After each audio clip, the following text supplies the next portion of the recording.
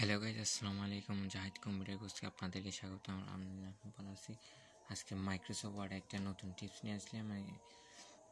এরকম আরও নতুন নতুন টিপস পাওয়ার জন্য আমার ইউটিউব চ্যানেলটা সাবস্ক্রাইব করে দেবেন। এখন আজকে দেখাবো কীভাবে এখানে একটা ট্যাক্স লিখছে, এখানে কীভাবে হাইড করবেন। হাইড করার জন্য জাস্ট আমাদের হাইড মানে এখানে সিলেক্ট করা গেলে এভাবে সিলেক্ট করা কী করা দেখাই দেবো। সেজন্য কী করতে হবে, আমার কিবোর্ড থেকে কন্ট্রোলটা দেখুন কন্ট্রোলটা হেস বাটন চাপ দিবেন একসাথে, তখন এরকম একটা প্যান চলে আসবে। তখন জাস্ট লেফট বাটন চেপে রেখে যেদিকে ড্র করবেন সেদিকে হাইড হয়ে যাবে। আর এটা যদি কালারটা চেঞ্জ করে দিই, এখানে দেখেন শেপ কালারটা এখান থেকে চাইলে চেঞ্জ করে দিলে কালারটা আবার চেঞ্জ হয়ে যাবে।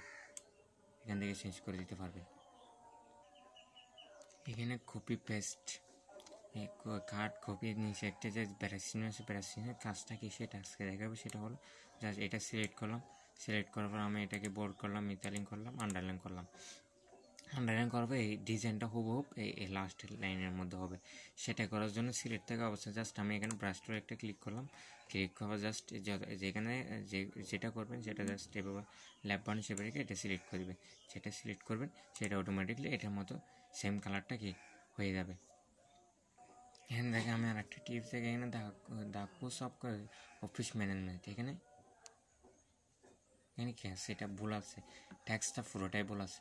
এটা ভুলটা আমি যদি আর একটা কয়েকটা যদি কপি করি, আমরা সি দিয়ে কপি করলাম, কন্ট্রোল বি দিয়ে পেস্ট করলাম।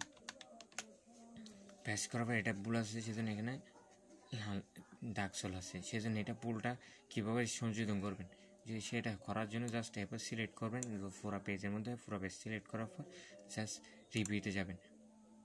রিভিউতে ক্লিক করে এখানে দেখেন স্পেলিং গ্রামার, এখানে সেকেন্ড ঠিক মার্কস জাস্ট এখানে ক্লিক করবেন। এখানে ক্লিক করে এখানে একটা ডায়লগ বক্স চলে আসবে, যেখানে খোঁজটা কীরকম কোনটা সঠিক সেটা এখান থেকে যে কোনো একটা দিতে পারবেন। জাস্ট এটা সঠিক, এটা দিলাম, দেওয়ার পর চেঞ্জে ক্লিক করবো।